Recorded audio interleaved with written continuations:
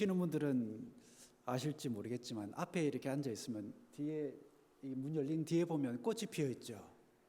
꽃의 향기가 얼마나 그득한지 모릅니다.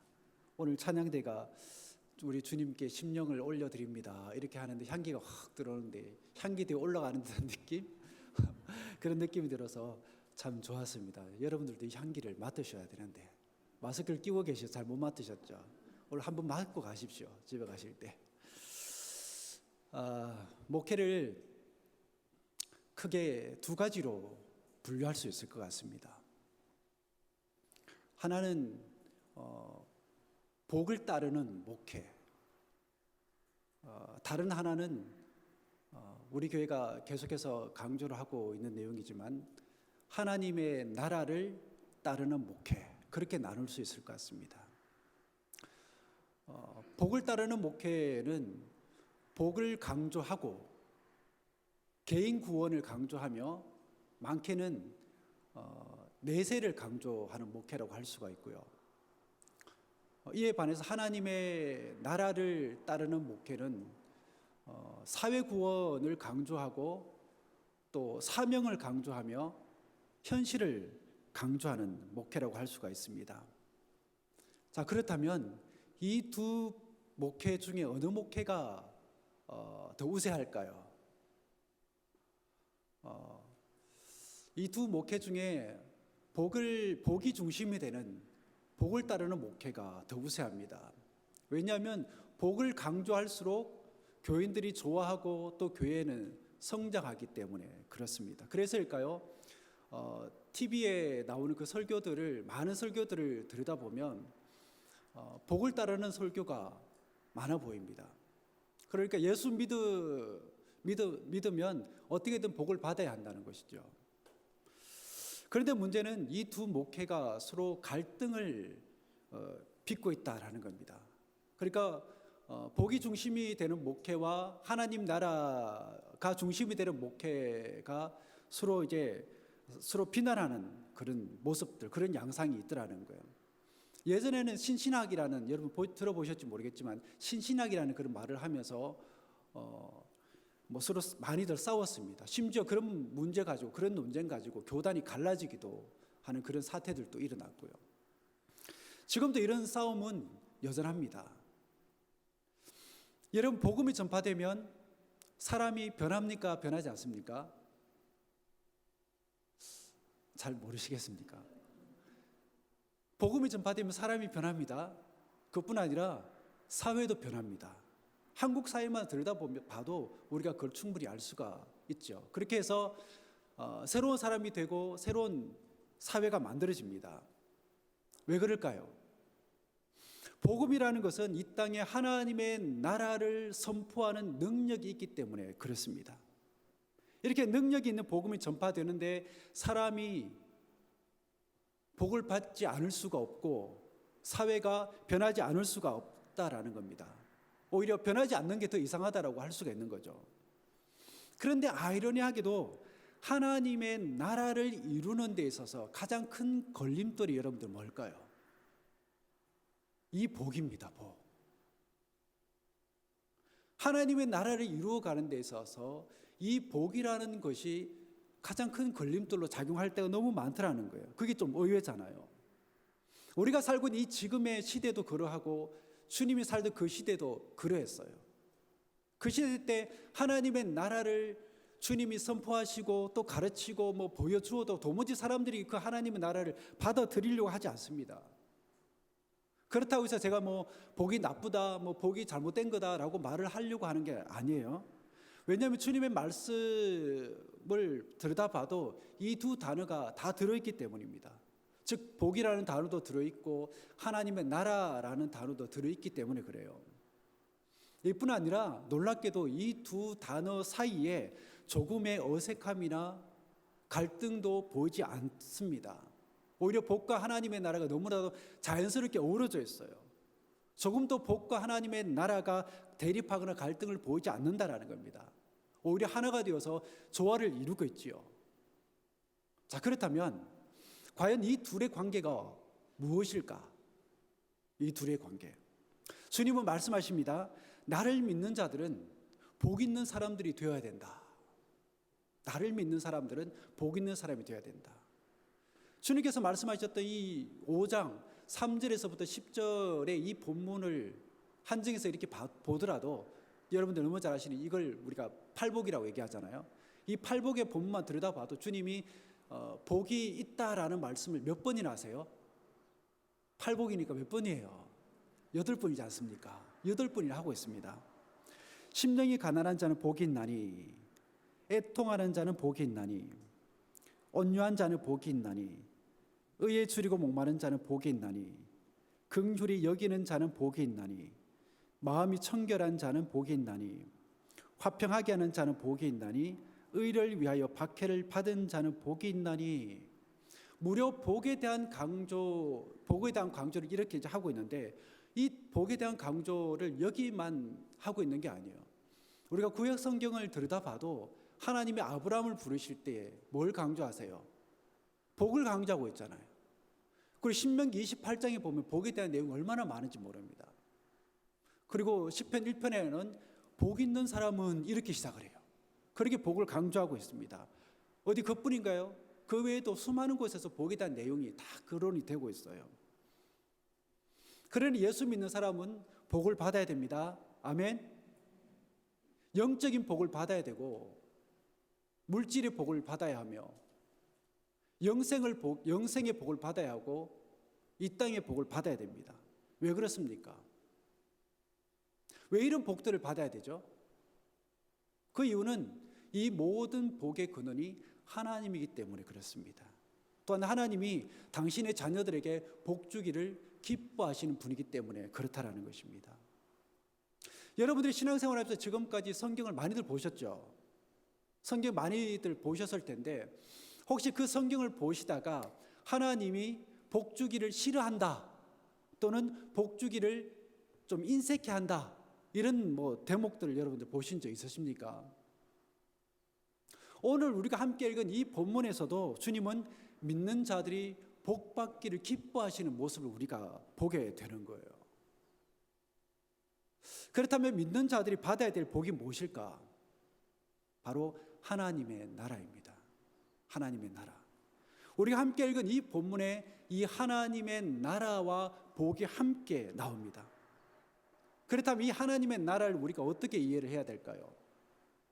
하나님의 나라는 바로 하나님의 다스림을 뜻합니다. 즉 하나님의 주권이 인정이 되고 하나님의 다스림이 편만하게 존재하는 곳, 그것이 바로 하나님의 나라라는 거예요. 이 나라가 바로 주님을 믿는 자들에게 주어지는 것이고, 이 나라가 바로 주님을 믿는 사람들이 가지는 진정한 의미의 복이라는 거예요. 그렇다면 주님을 믿는 사람들은 어떤 사람이라는 겁니까?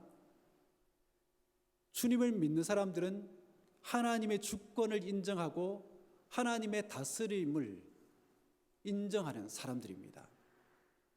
그렇기 때문에 그들은 이제 그 누구의 종도 아니고 자유인으로서 오직 하나님만을 섬기는 사람들입니다. 그러기에 그들은 더 이상 끌려다니는 삶을 살지 않고 이끌어가는 삶을 사는 거예요. 그렇다면 주님을 믿는 사람들은 복을 어떻게 생각해야 될까? 오늘 이 본문에 우리가 기준에서 봤었을 때 우리가 복을 어떻게 생각을 해야 될까? 복을 바라고 기대하되 그 자체가 목적이 되어서는 안 된다는 겁니다.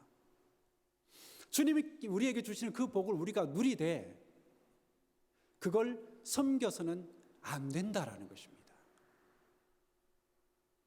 오히려 그 복을 우리에게 주시고 이 모든 복의 주인이신 하나님이라는 것을 알고 하나님의 그 뜻을 받들어서 그 복을 사용해야 되고, 그것을 통해서 하나님께 영광 돌리는 사람들이 바로 우리 믿음의 사람들이 되어야 된다는 것입니다. 그래서 하나님께서 우리에게 주신 이 재물도 누구의 영광을 위해서 사용해야 되는 겁니까? 하나님의 영광을 위해서 사용해야 되고, 우리에게 주어진 지식도 하나님의 영광을 위해서 사용해야 되고, 우리에게 있는 재능도 하나님의 영광을 위해서 사용하는 사람들이 바로 우리라는 것입니다.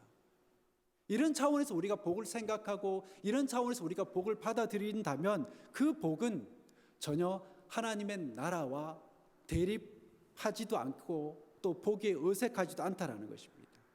오히려 하나님의 나라를 더욱더 풍성하게 만들 뿐만 아니라 그 복을 취하고 있는 우리를 더 존귀하게 만들어 간다라는 것입니다. 여러분이 아시는 것처럼 사람들이 말하는 전통적인 복들이 있잖아요. 한국 사람들이 복에 어떤 복을 얘기를 합니까? 건강과 재물의 복, 장수와 자식의 복 이렇게 얘기를 하잖아요. 그러니까 건강해야 되고 재물이 있어야 되며 오래 살아야 되고 자식이 잘 돼야 사람들이 나를 보고 뭐라고 얘기합니까? 너 복 받았네 이렇게 얘기를 하는 겁니다. 그런데 여러분 잘 한번 보세요. 우리 한국 사람들이 전통적으로 생각하는 이 복들 중에서 그 어디에도 올바름이 복이라고 말을 하고 있습니까? 나눔의 복이라고 얘기를 하고 있나요? 그러니 가만히 들여다보면 얼마나 이 복들이 이기적인지 몰라요. 그러니까 나만 건강하면 되고 나만 돈 많이 벌면 되고 나만 오래 살면 되고 내 자식만 잘 되면 되지 그런 겁니다. 그래서 처음에는 이것들이 복처럼 보이던 것들이 나중에 가서 오히려 자신에게 저주가 되는 겁니다. 또한 여기에 매여 있는 사람들은 재물의 종이 되고 명예의 종이 되고 자신의 종이 되는 겁니다. 그러니 하나님이 보실 때에 우리가 어떻게 이 복들을 잘 사용하고 있다고 말할 수가 있고 어떻게 이 복들이 하나님의 나라를 위한다고 말할 수가 있겠습니까? 다시 한 번 더 말씀드리지만 복과 하나님의 나라는 결코 대립하거나 갈등을 일으키지 않습니다. 오히려 함께 가는 동반자지요. 만약 복이 하나님의 나라와 함께 가지 않는다면 우리는 우리에게 주어진 그 복을 잃게 될 수도 있습니다. 교회도 마찬가지예요. 교회는 복의 공동체입니다. 아울러 하나님 나라의 공동체입니다. 그렇기 때문에 교회는 끊임없이 나누고 베풀어야 됩니다. 그렇지 않으면 그 복이 오히려 공동체를 쉽게 와해시킬 수도 있다라는 것입니다. 그러게 우리는 어떤 사람이어야 할까요? 오늘 주님께서 말씀하시는 것처럼 심령이 가난한 사람이어야 합니다. 그래야 우리가 이러한 삶을 살 수 있기 때문입니다. 그런데 여러분들 참 좋은 얘기라서 딱 받아들이고 싶은데 딱 받아들이면서 여러분들이 딱 막히는 한 지점이 있을 겁니다. 과연 내가 이렇게 살 수 있을까? 이렇게 살아서 내게 무슨 유익이지? 그런 생각들을 하게 되는 거예요. 그러니까 이 표현을 이해하기가 그리 쉬워 보이지 않는다라는 겁니다. 왜냐하면 복과 이 표현이 별로 어울리지 않아 보이기 때문에 그렇습니다. 그리고 가난한 상태를 가지고 누가 복이라고 얘기할 수가 있겠습니까? 그렇다면 주님이 왜 가난이라는 단어를 이 말을 사용하셨을까? 당연히 복되기 위해서는 내 마음이 넉넉해야 되고 풍성해야 되잖아요. 비록 보기에는 가난해도 마음만은 부유해야 한다고 사람들이 말을 하지 않습니까? 그럼에도 불구하고 주님은 심령이 가난해야 된다, 마음이 가난해야 된다라고 얘기를 합니다.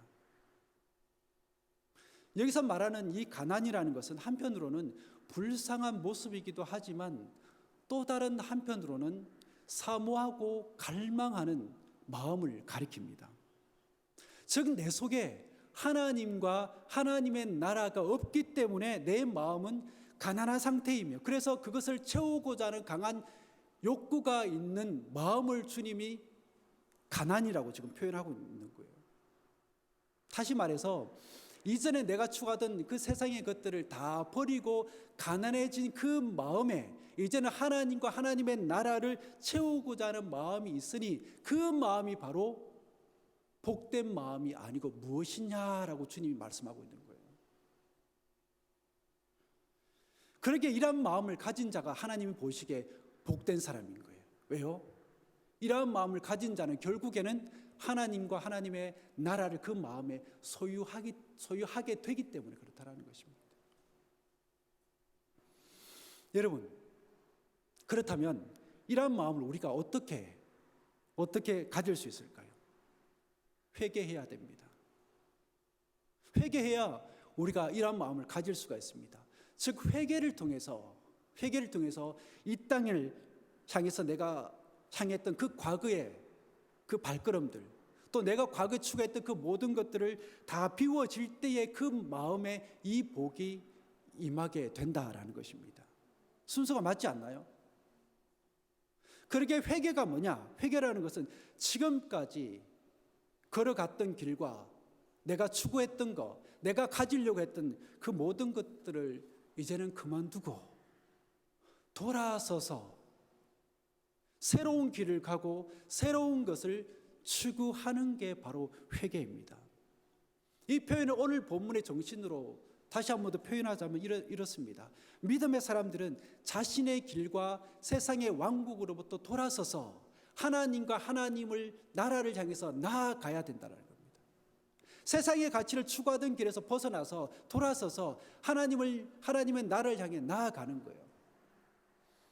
나만 잘 살면 되겠지라는 이기적인 그 발걸음에서 벗어나서 더불어 함께 사는 공동체가 되어야 된다는 것입니다. 이게 바로 회개라는 거예요. 그리고 그 자리에 뭐가 있느냐?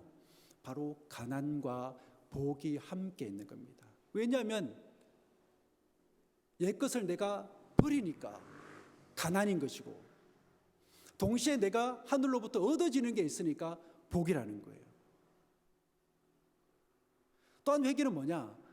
어느 한순간만 하는 결단이 아닙니다. 일생을 걸쳐서 순간순간 하는 것이죠. 그러기에 이런 모습은 하나님이 우리를 부르시는 그날까지 있어야 되는 모습이기도 하다라는 겁니다. 무엇보다 이 마음은 하나님이 우리에게 주신 사명을 감당함에 있어서 정말로 필요한 마음이기도 하다라는 거예요. 저와 여러분 모두에게는 하나님이 주신 사명이 있습니다. 아멘이십니까? 그 사명이 나를 넘어서는 사명이고 하나님의 나라를 위한 사명이고 이 땅을 위한 사명이에요. 그 사명이 우리 모두에게 주어져 있다는 겁니다. 미국에서 이런 일이 일어난 적이 있습니다. 법정에서 이 재판을 받던 한 죄인이 갑자기 주변에 서 있던 이 경찰관에 이제 그 권총을 빼앗아서는 법관 몇 명을 죽이고 도망가는 일이 있었어요. 이 사람 이 죄수가 이제 아파트에서 숨어 있다가 집 안으로 들어가는 한 여성을 이제 사로잡습니다. 그 여성은 이제 사로잡힌 상태에서 그 죄수에게 이런 이야기를 들려줍니다. 하나님은 당신을 향한 목적이 있으십니다. 당신을 향한 목적을 가지고 계십니다. 이 말 외에도 여러 가지 이야기들을 서로 오고 갔겠죠. 그러면서 이 죄수가 회개를 하고는 자수를 했다라는 겁니다. 그렇습니다. 이 땅의 모든 사람에게는 목적과 사명이 있어요. 그 목적과 사명이 사람의 생명을 살리기도 하고 생명을 존귀하게 하기도 합니다. 마찬가지로 저와 여러분에게도 이 목적과 사명이 있어요. 그게 뭘까요, 여러분들? 이 땅에 뭘 이루어가는 거? 이 땅에 하나님의 나라를 이루어가는 겁니다. 그래서 우리 교회는 올해는 이 땅에 하나님의 나라를 이루어가는 방편으로 선교와 구제라는 코드를 정하게 된 거예요. 그렇습니다. 여러분, 복과 하나님의 나라는 얼마든지 함께 갈 수 있습니다. 당연히 함께 가야 됩니다. 왜냐하면 이게 바로 진정한 복의 상태이기 때문에 그렇습니다. 왜냐하면 아무리 하나님이 주시는 복이 좋고 그 복이 사람들을 불러 모은다고 할지라도 그 속에 하나님의 나라가 없으면 그 복은 쉽게 사라질 수 있는 복이기 때문에 그렇습니다. 또한 그런 공동체는 쉽게 와해되기 때문에 그렇습니다. 그러기에 믿음의 사람들의 참된 가치가 뭐냐? 이 사명을 위해 얼마나 헌신했느냐에 있는 것이지 이 사람이 얼마나 이 땅에서 부자로 살았는가에 있지 않다라는 것입니다. 즉 그 사람이 어떤 목적을 위해 살았고 또 헌신했는가가 그 사람의 가치를 말해준다라는 것입니다. 신약 성경에 보면 주님이 제자들을 부르시는 장면들이 여러 곳에 나오잖아요. 주님이 갈릴리에서 이 고기나 잡던 어부들을 부르시고는 이렇게 얘기를 합니다. 나를 따라오라. 내가 너희를 사람을 낚는 어부가 되게 하리라. 그들이 주님을 만나기 전에는 그들은 그들의 길을 갔어요. 자신의 길을 갔습니다. 자신들에게 먹을 것을 주고 자신에게 그래도 조금의 돈이라도 주는 갈릴리 바다로 향했던 그들이었어요. 그런데 그들은 주님을 만나는 그때부터 그들은 누구를 따라갔습니까? 주님을 따라가는 삶을 살았습니다. 그리고 주님께서 그들에게 주시는 새로운 사명을 가지고 살아가게 되죠. 이 말을 들었을 때 그들이 어떻게 합니까? 그들이 들고 있던 그물을 땅에 버립니다. 그들이 그물을 버렸다라는 게 여러분들 무슨 의미일까요? 삶의 수단이잖아요. 그물이라는 게. 그 말은 자신의 직업을 버렸다는 겁니다. 자신의 자신됨을 버렸다라는 거예요. 자신의 전부를 버렸다는 겁니다. 이렇게 자신의 전부를 버린 사람들에게 주님이 새로운 사명을 주셨고 새로운 삶을 살게 하셨습니다. 즉 세상을 향해 나아가던 사람이 세상의 것을 취하기 위해서 나아가던 인생이 이제는 하나님과 하나님의 나라를 향해 나아가는 사람들이 되었습니다. 그것을 소망하며 살아가는 삶을 살기 시작했다는 거예요. 그것이 바로 그들의 복이었다는 거예요. 지금도 우리는 그들의 이름을 기억하고 그들의 삶을 기억하고 있습니다. 우리만 기억할까요? 주님도 그들의 이름과 그들의 삶을 기억하고 있습니다. 여러분, 우리가 주님을 믿는 이유가 무엇이라고 생각하십니까? 여러분들이 주님을 믿는 이유가 무엇인가요? 내가 지금까지 쌓아놓은 나의 재물에, 나의 복에 복을 더하기 위해서인가요? 그렇지 않습니다. 이 하나님의 나라는 내가 쌓아 올린 나의 나라를 더 잘 되게 하기 위한 나라가 아닙니다. 그렇다고 해서 세상의 것들이 다 필요 없고 다 잘못된 것이라고 말을 하는 건 아니에요. 다만 이러한 것들이 이제는 우리의 목적과 우리의 기쁨, 우리의 자랑이 되어서는 안 된다라는 것을 말하고 싶은 거예요. 여러분들, 지난 날을 한번 돌아보십시오. 우리가 복음을 말하면서도 실제로는 얼마나 세상을 따라갔는지, 하나님의 나라를 말하면서도 우리가 실제로는 얼마나 세상의 나라를 따라갔는지 모릅니다. 그래서 어느 신학자가 이런 말을 해요. 오늘날의 사람들은 중세 시대보다 더 세상적으로 살아가고 있다. 그러기에 여러분들, 우리 속에 우리의 심령이 변하는 영적인 변화가 일어나야 됩니다. 그래야 하나님과의 바른 관계가 회복이 되고, 그래야 하나님과 하나님의 나라를 향해 나아가는 그런 삶을 우리가 살아갈 수가 있습니다. 또한 우리가 처한 이 땅의 현실 속에서 그러한 삶이 있어야 됩니다. 왜냐하면 우리가 살아가는 이 땅의 현실을 배제하고서는, 그 현실을 떠나서는 더 이상 복음은 아무런 의미가 없기 때문에 그런 것입니다. 본문에 이 말씀을 주님이 하신 후에 그 뒤로 쭉 보면 하나님과 하나님의 나라를 지향하며 살아가는 사람들의 모습에 대해서 주님이 말씀하고 계신데, 어떤 내용들이 나오냐면 보물을 땅에 쌓아두지 말고, 보물을 땅에 쌓아두지 말고, 재물을 귀하게 여기되 하나님과 나란히 하지 말며, 의복을 위해서 수고는 하지만 그것이 하나님의 영광을 가리게 해서는 안 된다. 그리고 먹는 것과 마시는 것을 위해서 네가 수고는 하지만 그것들이 하나님의 나라를 대신하도록 그냥 내버려 두어서는 안 된다라고 얘기하십니다. 다 귀한 것들이고 살아가는 데 있어서 다 필요한 것들이지만 이 모든 것들을 우리는 바르게 사용해야 됩니다. 거기에 오늘 주님의 말씀에 포인트가 있는 거예요. 그래야 우리가 잘 사는 것이고, 그래야 우리가 하나님 나라의 자녀다운 모습을 가지고 살아가는 것입니다. 이렇게 살아가는 사람들을 향해서 오늘 성경이 뭐라고 얘기하고 있느냐? 심령이 가난한 자들이라고 얘기하고 있습니다. 또 그들에게 무엇이 주어질 거라고요? 천국이 주어질 것이라고 얘기를 하고 있습니다. 오늘 이 말씀을 여러분들 묵상하시면서 하나님 앞에, 하나님, 내가 이만큼 잘 살아갈 용기는 없지만 요만큼이라도 어제와는 달라진 삶, 방향이 조금이라도 틀어진 하나님 주님께서 우리에게 말씀하시는 그 방향으로 조금 틀어진 삶을 나로 하여금 살아갈 수 있도록 해주십시오. 그래서 이 현실 속에 그 복음을 내가 뿌린 내리고 그 뿌린 내린 속에서 자라나는 것을 내가 보는 기쁨과 만족과 그 열매를 맛보는 신앙의 사람으로 살아가게 해주십시오 라는 그런 결단과 이런 복 가운데 살아가는 여러분 모두가 되시기를 축복합니다. 기도하겠습니다.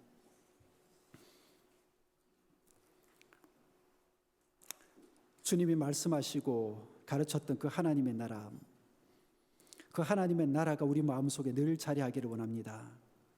여전히 이전의 나라로서 살아가는 내가 아닌 이제는 하나님의 나라와 하나님을 위해 살아가는 내가 되기를 원합니다. 그러기 위해 우리 모든 성도들이 그 하나님의 나라를 자기 신앙의 표대로 삼고 그것을 향해 이 한 주간도 살아가는 우리 모두가 되기를 원합니다. 그래서 우리 교회가 하나님 나라를 지향하는 참 좋은 신앙 공동체가 되게 하옵소서. 예수 그리스도 이름으로 기도드립니다. 아멘.